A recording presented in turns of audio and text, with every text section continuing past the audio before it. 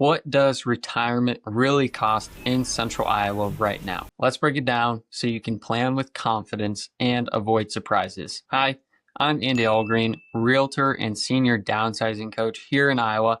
And on this channel, I help empower, equip, and educate older adults and their families to make confident decisions about their future. Today, I'm going to show you what life in Des Moines and central Iowa and the surrounding towns really cost in 2025. The first thing that we are going to start out with is housing. Housing typically is the largest expense for most people at any stage of their life, which often typically is taking up around 20 to 30% of their overall household budget. Here in central Des Moines, the median single family home is currently selling for around $300,000.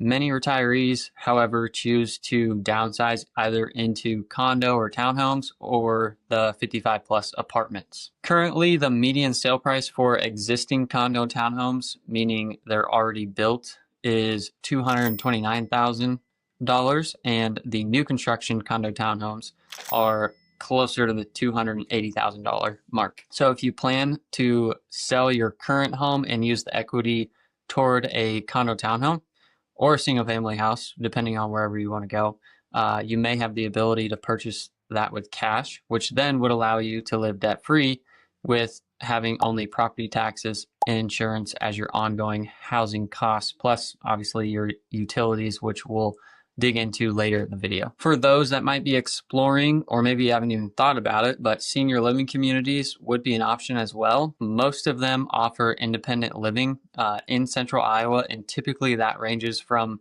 anywhere from $2,500 to like $4,000 per month.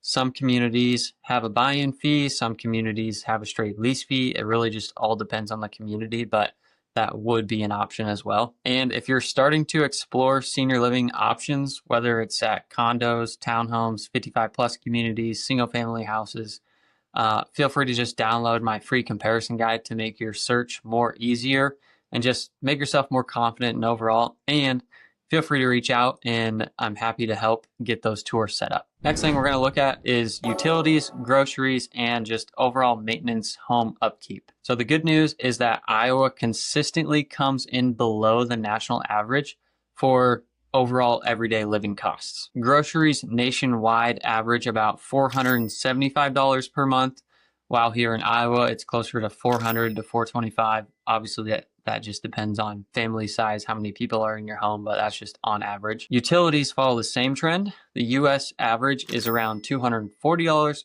per month, while most Iowans pay closer to around that $200 mark. Obviously, that kind of just depends on the size of the home as well, but those smaller savings definitely can add up quickly over the course of just a whole year. Obviously, if you're looking to downsize from single family home to single family home, just bigger to smaller, obviously less space, you'll still want to budget in extras for things like snow removal, lawn care, and just ongoing maintenance expense, whether it's for a roof, gutters, your HVAC system, maintenance, stuff like that. Those costs can fluctuate depending on the season and just the overall size of the property. By contrast, if you're thinking about downsizing from a single family house into a 55 plus community or a senior living community, that often shifts those responsibilities off of your plate onto the HOA or the senior living community. So then you would have obviously your lawn care, snow removal, and general upkeep is typically included inside of that. Additionally, senior living communities, meals are also part of the monthly living costs, which reduces your grocery bill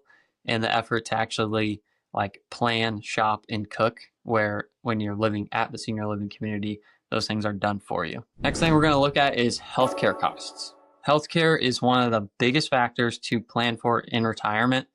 Medicare does cover a lot once you turn 65, but it's not all inclusive. Most people choose to add some type of a supplemental plan, whether it's Medigap or Medicare Advantage plan, to help cover those gaps. In Iowa, Medigap plans typically run anywhere from $150 to $250 per month. Just depends on the level and the provider. And prescription drug coverages is usually a separate Part D plan, and that also averages around $30 to $60 per month. Out-of-pocket costs can vary widely as well.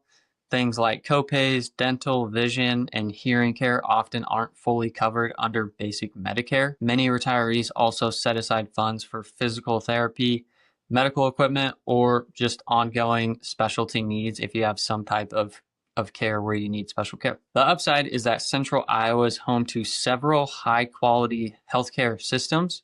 We have Unity Point and Mercy One, both in downtown Des Moines, and they both provide comprehensive hospital and specialty care. And according to the Iowa's healthcare landscape, Iowans spend about $500 less per person per year on healthcare compared to the national average. If you're living in a smaller town, you may need to plan for occasional trips into the Des Moines metro for specialists, but for most routine care, you'll be able to find a strong local provider, and typically that's across the state. You'll be able to find someone. Next thing we'll look at is property taxes. This is one area Iowa can catch people off guard. While housing itself is more affordable compared to many other states in the nation, Iowa ranks among the higher states for property tax burden. Currently, we are sitting at the 13th highest in the nation for property taxes. The average effective property tax rate in Iowa currently is about 1.5% of a home's value, which means you could pay anywhere from $3,000 to $5,000 per year, even on a modestly priced home. So, for example, a $250,000 home would likely generate an annual tax bill of around $3,700. In more of your urban counties like Polk or Dallas, rates tend to run higher, while some of your more rural counties could come in slightly lower. The good news is that Iowa does offer relief for older homeowners. Older adults can qualify for the homestead tax credit, which reduces the taxable value of your primary residence. And Iowa also has adopted a newer 65 plus tax exemption. While these programs do help, the savings often typically are only going to amount to a few $100s per year. So it's definitely not going to eliminate that expense, but is a factor that needs to be taken into consideration. For retirees living on a fixed income, property taxes can be sometimes the deciding factor between actually owning a home and versus renting.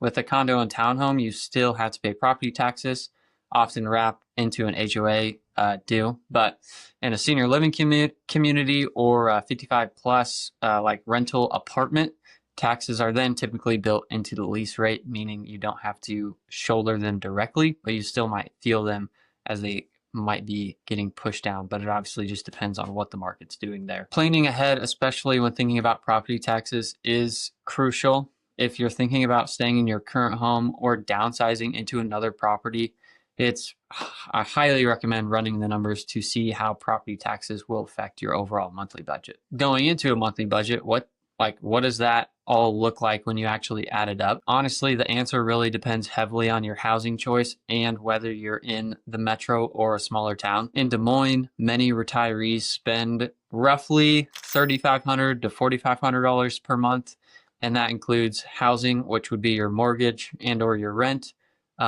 or senior living community fees.